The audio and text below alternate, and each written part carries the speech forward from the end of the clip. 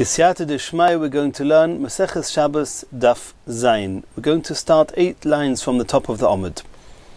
Says the Gemara, V'hakarmelis. We saw in the Brisa on Daf Vov Amud Aleph, in the Brisa of Daled Reshuyos l'Shabbos, where the Brisa told us exactly what is a Reshus HaYochid, what is a Reshus HaRabim, and then the Brisa told us what is a Karmelis.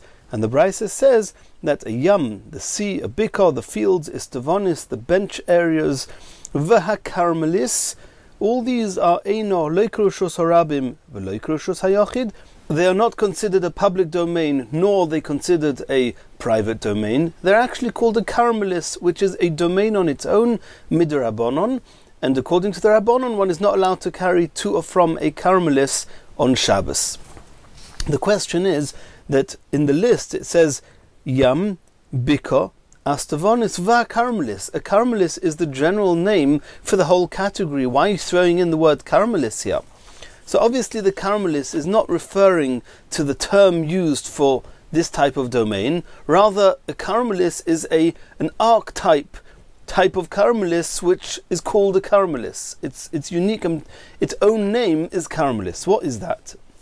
Otu kulhu nami lav karmelis ninu, says the Gemara. Are the other 3 things mentioned in the Brisa, Yam, Bika, and Astavonis, not called a karmelis? Ki also Rav Dimi Omer Rabbi Yochanan. When Rav Dimi came from Eretz Yisrael to Bavel, he said in the name of Rabbi Yochanan. Rabbi Yochanan was one of the Chachmei Eretz Yisrael, and Rav Dimi brought over something Rabbi Yochanan had said to Bavel. Lo nitzracha elo lekeren zovis hasmucha l'reshus harabim. This karmelis is not referring to the name, to the term of this type of domain. Rather, it's referring to a very specific situation. It's the keren zovis hasmucha l'reshus harabim. And Rashi says there's 2 explanations to this. Either if you have a private person who owned a bit of private land, it was a Reshus HaYochid, which was flash adjacent to Reshus HaRabim. He built a house on one side, and then a few meters away he built another house. In between the 2 homes, there's an open area, which there's no home there, and it's adjacent and open to Reshus HaRabim. And this type of land, which he allows the Reshus HaRabim to overflow into, loses its status of Reshus HaYochid, midrabanon, but does not have a status of Reshus HaRabim. And this is called a keren zovis. It's a corner. Keren zovis means a corner. It's a little niche of land which is not Reshus HaRabim, not Reshus HaYochid. And the second explanation that Rashi explains, is when you have a home on a diagonal where its corner reaches the Reshus HaRabim, but on each edge of this home, which is diagonally moving into the Reshus HaYochid, there's a little bit of this triangular shaped land on each side of the corner, and that's called a keren zovis. And the Reshus HaRabim, they find the overflow into this area, so it's not Reshus HaYochid and not Reshus HaRabim. It has the status of a karmelis. The afal gav the zimnin the doch kibei rabim. Sometimes the Reshus HaRabim, the public, push their way into their va'ay legavah, and they go into it.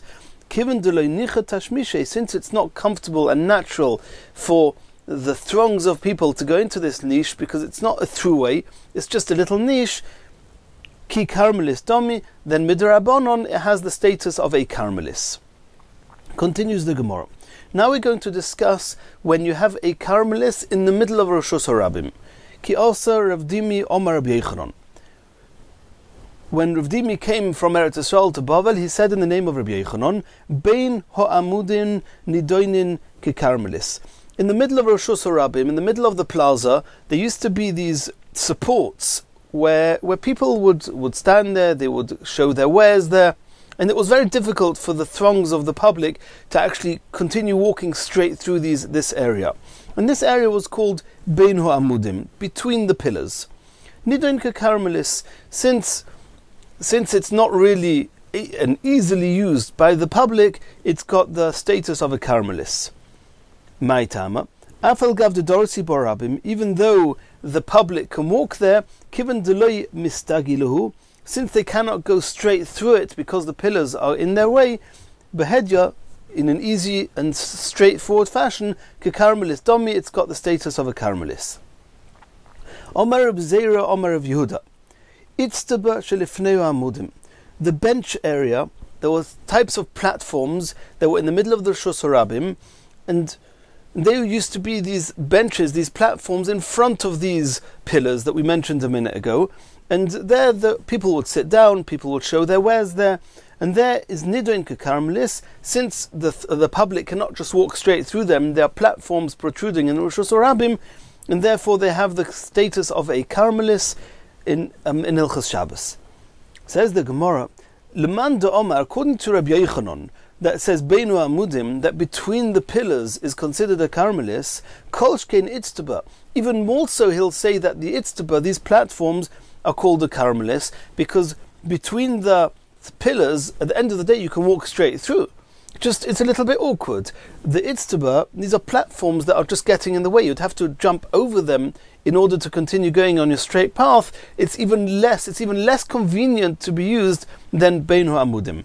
Leman Doma Itztaba, however, contra of Yehuda, that says that the Itztaba, these platforms, are considered a Karmelis, Itztaba hu deloi neiche tashmishay. He'll say that just the Itztaba, which is very inconvenient for the Rabbim to go through there, they have the status of a Karmelis. Aval Beinu Amudim, but between the pillars that, for all intents and purposes, the public can continue going straight through, the Nicha Tashmishay, the being able to continue going through them is not so awkward. Loi, it's not called a Karmelis. Lish Nachrina, another version of saying this, Aval Beinu Amudim, between the pillars, the Zimnin, the Dorsi Barabim, that sometimes the Rabbim, the public, they walk through this area through the pillars. Reshus HaRabim Damya is considered a Reshus HaRabim. And it's almost saying the same thing as we saw before. Just before it just says that the Beinu Amudim Denicha Tashmishay Loi, it's not called a Karmelis. And the Gemara doesn't tell us explicitly that it has a status of Reshus HaRabim. In the Lishna Achrina, the Gemara stresses Reshus HaRabim Damya, it's actually called and has all the halachas of Reshus HaRabim, and the Mefarshim explain the differences. Continues the Gemara. Now the Gemara is going to discuss what happens if you put down an object on something, not on the floor of the Reshus HaRabim, that's Reshus HaRabim, but on some surface protruding from within Reshus HaRabim. Does that surface have the status of Reshus HaRabim or not? Says the Gemara, Omar Rabbi Bar Shila, Omar of Chizda, Leveina Zekufa Reshus HaRabim. A leveina is a type of stone that was 3 tvachim by 3 tvachim square, and its width, sometimes it was wider, sometimes it was less wide, it wasn't something fixed. And one of these stones was standing upright in Reshus HaRabim, which means that the edge of this stone, this leveina, which was 3 tvachim by 3 tvachim, was the face of the stone facing the Reshus HaRabim. V'zorak, and he threw something, v'toch b'fanel, and it stuck onto its face, on the sides of this stone. Chayev, he's chayev on Shabbos, because he did an akira in Reshus HaRabim, and the hanocha on the side of this stone also in Reshus HaRabim, and this object transferred, it moved 4 amas in Reshus HaRabim, and he's chayev. Al Gaba, if however he threw it onto the top of this stone, which we know is at least 3 tvachim off the ground, Potter, then the hanocha is not considered as if it was a hanocha in Reshus HaRabim. Abaya v'Ravad Omru Tarvayu. Abaya v'Ravad both say v'hu shegavaya shleisha. That's providing that it's 3 tvachim off the ground. Deloi dorsi lo rabim. Anything that's protruding 3 tvachim off the ground, deloi dorsi bo rabim. The public do not go stand on it. They do not go over it. They go round it. And therefore, this area is not considered a Reshus HaRabim. And depending on whether it's 4 tvachim wide or not, as to whether it's called a Karmelis. If it's 4 tvachim wide, it will be a Karmelis. If not, it will be a Mokim P'tur. But if it's above 3 tvachim from the ground, it is not considered a Reshus HaRabim. Aval hizmi, but a prickly shrub, vehigi, or thorn bushes in the Reshus HaRabim, afal gav deloi gvihi shleisha, even though they are less than 3 tvachim high, people do not walk over them, and therefore it's also not considered a Reshus HaRabim. V'chia barav omar afilu hizmi vehigi, he holds that even hizmi vehigi a person would walk over and is considered a Rishus Harabim, at least if it's less than 3 Tvachim tall. Aval Tzoya, but excrement, which is very not nice to walk over, people don't walk over at, Loi, that's not considered a Rishus Harabim. If you have an area where it's very soiled and we take it for granted that the public will not walk on it, this area is not considered as part of the Rishus Harabim. Rav Ashi Amar afilu Tzoya. Rav Ashi says that even Tzoya is considered a Rishus Harabim, and if one moves 4 amas with an object and puts the object or throws an object 4 amas onto this area, it's considered a hanocha in Rishus Harabim, and he will be chayiv. Continues the Gemara. The Gemara is going to discuss now some of the halachas of Carmelis. Omar Rabba Debei Rav Shila. He also Rav Dimi Omar Rabbi Yechanan. Again, Rav Dimi told us a halacha in the name of Rabbi Yechanan. Ein Carmelis pchusa me'arba'a. There's no area that has the status of a Carmelis if it's less than 4 Tvachim by 4 Tvachim. V'omar Rav Sheishes. Rav Sheishes says another halacha. V'toifeses ad asara. A Carmelis reaches until 10 Tvachim. Asks the Gemara, Mai v'toifeses ad asara. What does this mean that a Carmelis reaches until 10 Tvachim? And the Gemara is going to give 3 options what this could mean. Who to have a Carmelis? Are you suggesting that only if something is surrounded by a mechitza, a wall of 10 Tvachim high, it's got the status of a Carmelis? Loy have a Carmelis, but if the wall is not 10 Tvachim high, or is not surrounded by a wall of 10 Tvachim, it's not considered a Carmelis. V'loy, is that true? V'omer of Gidl Omer of Chia Bar Yosef Omer Rav, Bayis she'ein toichoy asara. We saw in the name of Rav a home that the area inside, between the floor and the inside of the roof, is ein b'toichoy asara. There's not 10 Tvachim high. V'kiruyov mashlimoy la'asara. The roof itself is mashlim, completes the 10 Tvachim. For example, if the area inside this little house is 9 Tvachim high, and the roof is 1 tefach high. So inside the house, al gagoy, on top of the roof, mutar letaltel bekuloi, it has the status of a Rishus HaYochid. And because it's 10 Tvachim high, we consider the wall, including the width, the height of the roof, to be 10 Tvachim, and what's on top of it is Rishus HaYochid. In Rishus HaYochid you can carry freely. But inside the house, which is only 9 Tvachim, it has the status of a Carmelis, and in the Carmelis, according to the Chachomim, you're not allowed to carry more than 4 amas. So it cannot be that a Carmelis is only if it's 10 Tvachim high, and below 10 Tvachim it's not got the status of a Carmelis. We just saw now explicitly that a Carmelis is only till 10 Tvachim. Elomai, the Gemara is going to offer another suggestion. What does it mean, v'toifeses ad asara? V'toifeses ad asara, ad asara hu da have a Carmelis, l'maylo me'asara Tvachim, lo have a Carmelis, that a Carmelis is only until 10 Tvachim high, but above 10 Tvachim high, it does no longer have the status of a Carmelis, it's the status of a Mokim P'tur. Ki hoda Rav Shmuel Rav Yehuda, as Shmuel said to Rav Yehuda, Shinano, you, Rav Yehuda, sharp one, had a very sharp mind. Lo teheve b'mili de Shabbos l'maylo me'asara. There's a quote. Shmuel said that the Hilchos Shabbos, in Yonim of Shabbos, Mili de Shabbos, words of Shabbos, do not apply above 10 Tvachim. L'may Hilchos, so what are you trying to teach us with that? What does that mean? Are you suggesting that Rishus HaYochid is only till 10 Tvachim and not above 10 Tvachim? Omar of Chizda told us clearly that's not true. If somebody was no'at kono b'Rishus HaYochid, he stuck a pole into Rishus HaYochid, v'zorak, and he threw an object from the Rishus HaRabim onto this pole, v'noch al gabov, it landed on top of this pole, even if this pole is 100 amas high, chayev, he's chayev, the status of Rishus HaYochid goes up all the way to the heaven, all the way up to the sky. There's no limitation of the height of Rishus HaYochid.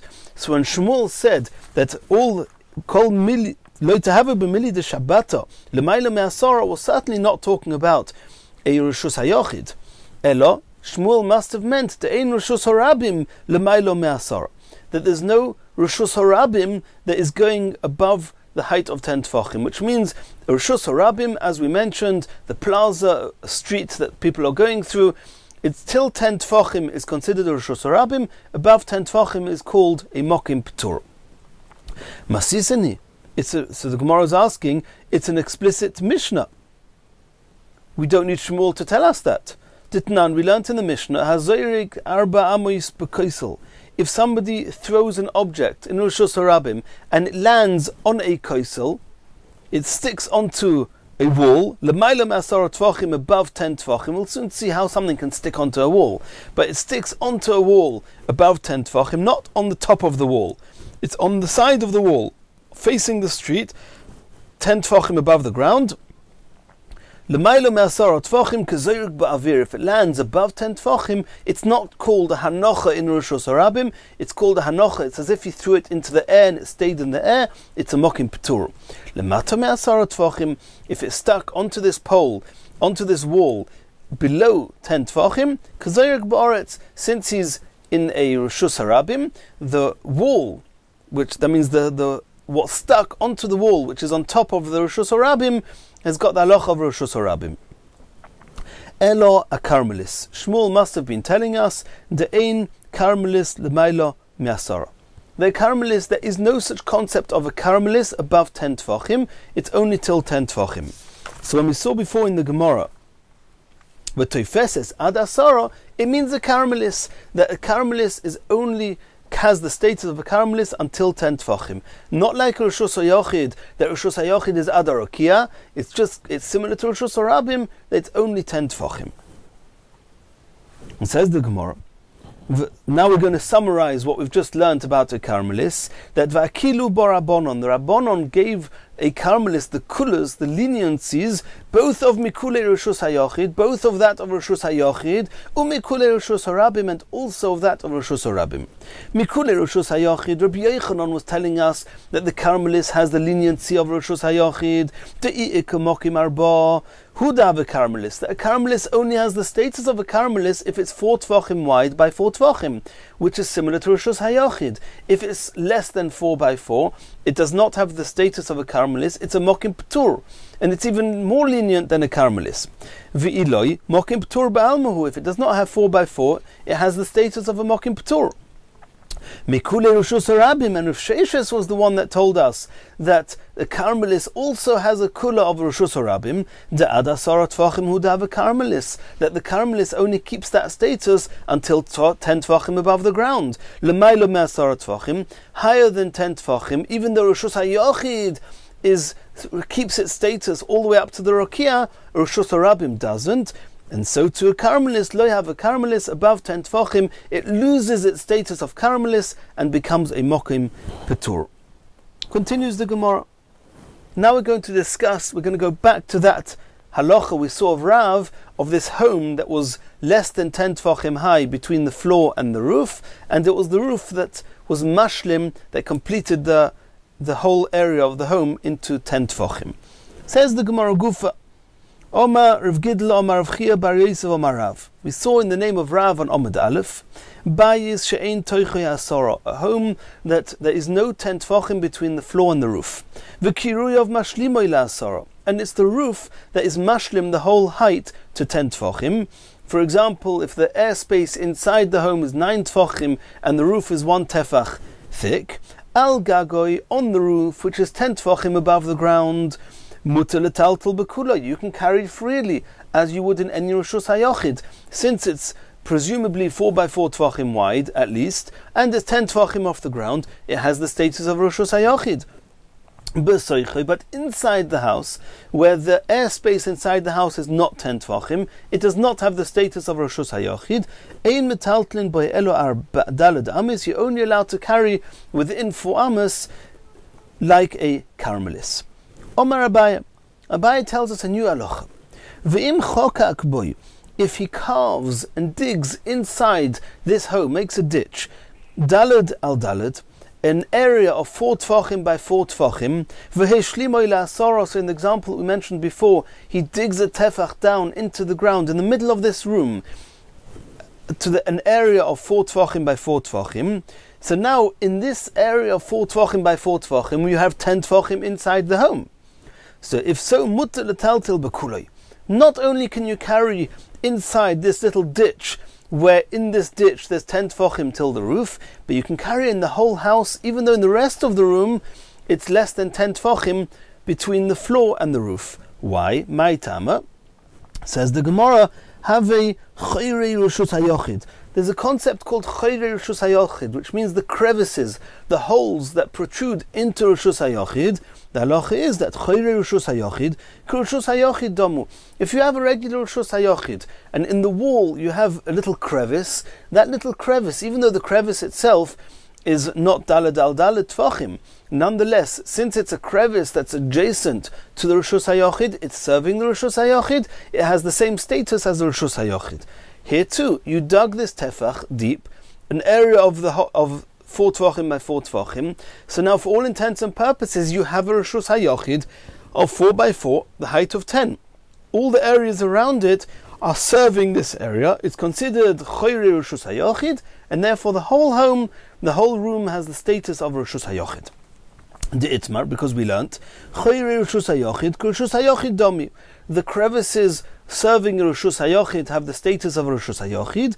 Chayrei reshus harabim. Here we have to be careful regarding the crevices adjacent to reshus harabim. Here it's not so clear. Abaya omer reshus harabim domu. Abaya says it has the halachas of reshus harabim. Rava Oma lav reshus harabim domu. Rava say that the crevices of reshus harabim do not have the status of the reshus harabim. Oma li Rava la Abaya. Rava is now going to ask a question on Abaya. Abaya said that the chayrei reshus harabim, the crevices adjacent to reshus harabim, are considered a reshus harabim. He's going to ask a question. You, Abaya, who maintain that the chayrei reshus harabim have the halacha of reshus harabim, ma'ishna mehal the chi'aser of Dimi Amar Rabbi Yochanan. How are you going to explain what we saw before on Amud Aleph from Rabbi Yochanan? That lo nitzricha elo lekeren zavis hasmucha l'reshus harabim. We saw before that the word caramelis in the Bryce on Davav Amud Aleph refers to the keren zavis. If you have an area which is intrinsically reshus hayochid, but now because of the position of a home there, it's adjacent to the reshus harabim, the public can force their way into that area, the overflow of the public can go into that area, and we said it has the halacha of a caramelis, because it's not reshus hayochid, it's serving the public. It's not reshus harabim because it's not an easy throughway, it's just a keren zavis, it's a little crevice, an offshoot of the reshus harabim. So asks Rava to Abaya, v'tehevei k'chayrei reshus harabim. Why don't you say that little area which is in the keren zavis is considered as chayrei reshus harabim, and according to you, Abaya, even a little crevice in a wall that serves the reshus harabim has the status of reshus harabim. So why is this area which is adjacent to the reshus harabim, why is it a caramelis? It should be a reshus harabim according to you, Abaya. So Abaya answers, Hossam, in the case of keren zavis, lo nichet tashmishei. There's no easy and comfortable way that it's serving the public. It's if there's a lot of people, and people will push their way into that area for lack of any other space. But it's not as if it's not comfortably serving the rabbim. But in the case of the chayrei reshus harabim, nichet tashmishei, it's very good for the public. They can put something down there for a couple of minutes. For whatever it's supposed to be doing, it's serving the public very comfortably, and therefore it has the status of reshus harabim. And now Rav is asking another question to Abaya. Tnan, we learnt in a Mishnah later on in the Masechta, Hazoyrik daled amas b'kaisel. If somebody throws something he doesn't akira in the reshus harabim, he takes this object, he throws it onto a wall, b'kaisel onto the wall, l'maylo me'asara, if it lands on the wall above 10 tvachim, kazoyrik ba'avir. It's as if you threw it into the air. It's a mokim p'tur, like we said before. Reshus harabim above 10 tvachim is not called reshus harabim. Lemata me'asara tvachim, if it lands on the wall below 10 tvachim, kazoyrik ba'or, it's as if you threw it onto the floor in the reshus harabim, and it's as if you did an akira and a hanocha in reshus harabim, he'll be chayev. V'avinon bo, and we explained, my kazoyrik ba'oretz. What does it mean that it's as if he threw it on the floor? He didn't throw it on the floor. Holoi noch. It didn't land on the floor. It went onto the wall. For example, a person was standing on a Reshus Harabim 4 amas away from the wall. He threw something onto the wall. It hit the wall less than 4 tfachim. It bounced back and landed on the floor less than 4 amas from where he threw it. V'holoi noch. So it didn't land in the Reshus Harabim 4 amas away, it just bounced back. The fact that it bounced off the wall less than 10 tfachim above the ground, why should that mean it's k'zayrik baret as if it landed on the ground? V'omer Rabbi Yochanan explained, b'develo shmeino shonu. We're talking about a very oily and fat fig, and when he threw it on the wall, it stuck on the wall. So since it landed on the wall, on the edge of the wall, on the face of the wall, over the Reshus Harabim, since it's less than 10 tfachim, it's as if it landed over there in Reshus Harabim. It was 4 amas away from where he did the akira, and therefore he's chayev. And now Rav was asking Abaya,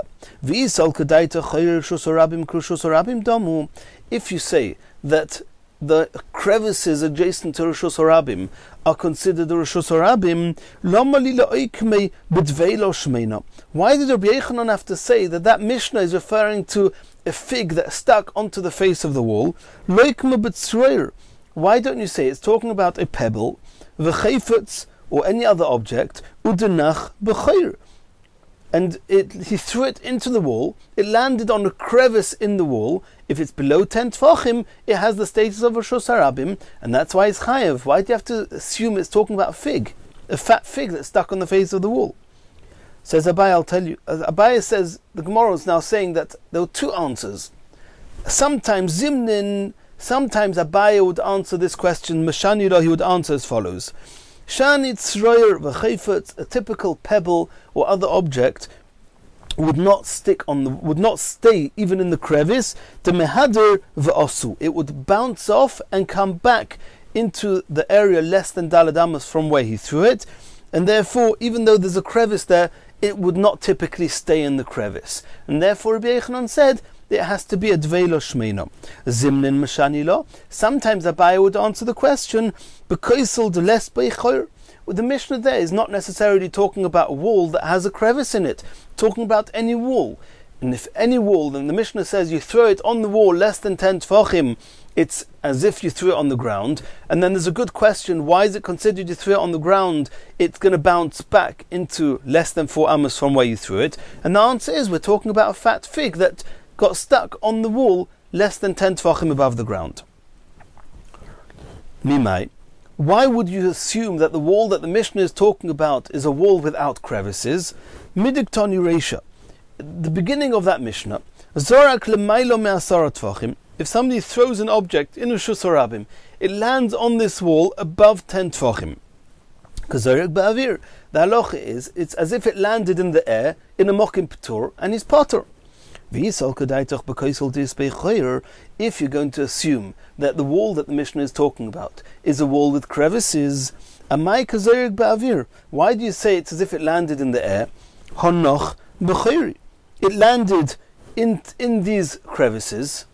Since it's talking about that it landed above 10 tfachim, it's a reshus on its own right. It's as if it landed in reshus hayochid. He should be chayev. And are you going to tell me that Masnisin and Mishnah is talking about the lesbehu dalad al dalad, that this crevice does not have an area of 4 tfachim by 4 tfachim, it's just a little crevice in the wall, and therefore it's not considered a reshus hayochid, and that's why it's ki'ilu zorak ba'avir, it's a mokim p'tur, and he's patur.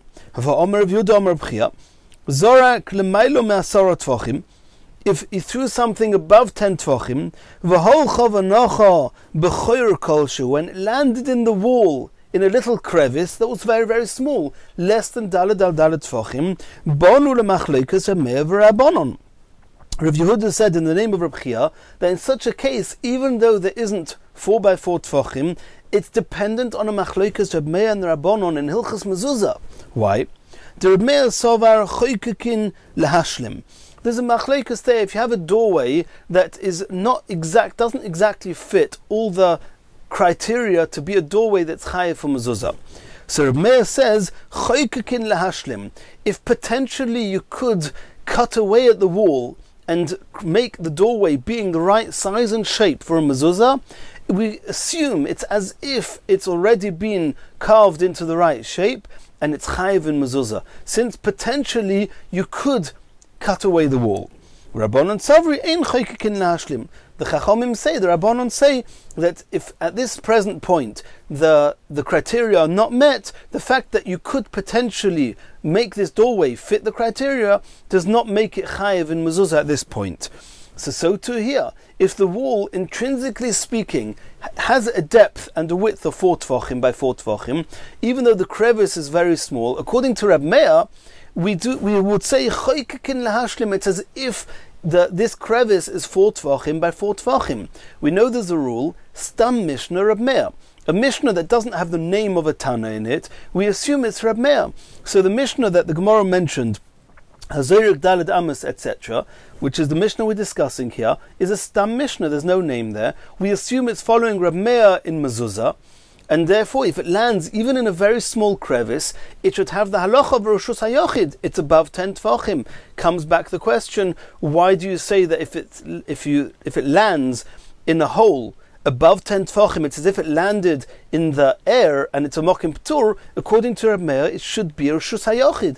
It's above 10 tefachim, and we consider as if it's 4 tefachim by 4 tefachim. It's Roshus HaYochid. Elolav shma mino, it must be b'koisol dules beichor. The Mishnah is talking about a type of wall that there's no crevices bichlal. And that was the second answer that Abaye used to answer to Rava, shma mino. From here, since we have proof that this Mishnah is talking about a wall without crevices, so it must be talking about that he threw a dveilo shmeino fat fig onto the wall. If it landed above tefachim, on the face of the wall, above the Reshus Harabim, but 10 tefachim above the ground, 10 tefachim above the ground, it's as if it was noch ba'avir, as if it landed in the air. It's a mokim p'tur, and that's why he's potter. Continues the Gemara, Gufa, Omar of Chizda, Noat kono b'Reshus HaYochid.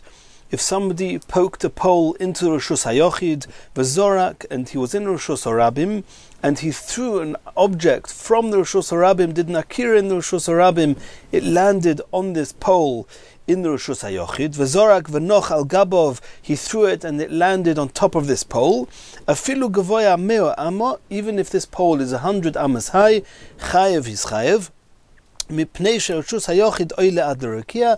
we saw before, that the Reshus HaYochid is all the way up to the sky. It retains its status of Reshus HaYochid. Says the Gemara, Leima Rav Chizda de Omar Kerebi. Could it be, or can we suggest possibly that Reb Chia is holding like Rebbe? The Tanya we saw in the Braisa, Zorak, if somebody threw an object from a Reshus Harabim, v'noch al gabe ziz kolshu, and it landed on top of a little piece of wood protruding from a home, and it has the halachas of a Reshus HaYochid, kolshu, it's less than 4 by 4 tefachim, it's protruding from a Reshus HaYochid. Rebbe mechayev, Rebbe says he's chayev, v'chachomim poitrim, and the chachomim say he's potter. So could it be that Rav Chizda is holding like Rebbe, and Rebbe says that if it lands on top of a pole in Reshus HaYochid, even though the pole is not 4 by 4 tefachim, since it's in a Reshus HaYochid, therefore it does not need daled al daled and is chayev. Omar Abaye says no. The two things, the Braisa with the machloikus of Zorak v'noch al gabe ziz and the halacha of Rav Chizda could be two completely different topics. B'Reshus HaYochid the kule alma lo pligi de Rav Chizda. In the case of a Reshus HaYochid, where the landing place of less than daled al daled is in Reshus HaYochid, everybody agrees with Rav Chizda that you do not need a daled al daled, and even though this kono is less than daled al daled, since it's in a Reshus HaYochid, the hanocha is called a hanocha. And that's of Chizda, nothing to do with the Braisa. Elohocha, here in the case of this Braisa, Be'ilon ha'oimed b'reshus hayochid, we're talking about a tree that its trunk, the base of the tree is in reshus hayochid. V'noifoi, and its branches, noitel reshus harabim, are leaning over into reshus harabim. V'zorak, and this person threw an object from one place into reshus harabim, 4 amos, v'noch anoifoi, and it landed, it rested on one of these branches.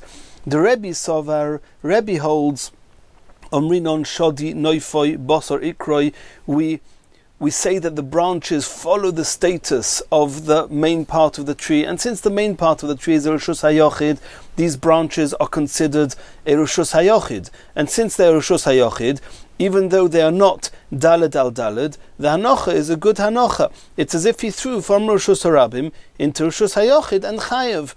Rabbonon Sovri, Loyomrinon Shodi Noifoi Bosor Ikroi, we do not say that the branches have the same status as the main bark, the main part of the tree, the trunk of the tree, and therefore the branches have a status of Reshus Harabim, and therefore they need Daled al Daled, and amongst other reasons this is not called a Hanocha in Reshus Harabim, and since the Hanocha is not in Reshus Harabim, nor is it Hanocha in Reshus HaYochid, because we don't say Shodi Noifei Bosor Ikroi, therefore he's Potter. And we explain this Gemara as is apparent in Tosfos on Daf Daled Amud Beis. There are many different explanations here. We'll try and keep it simple, and we'll carry on the Gemara Mirtz Hashem in the next Shia.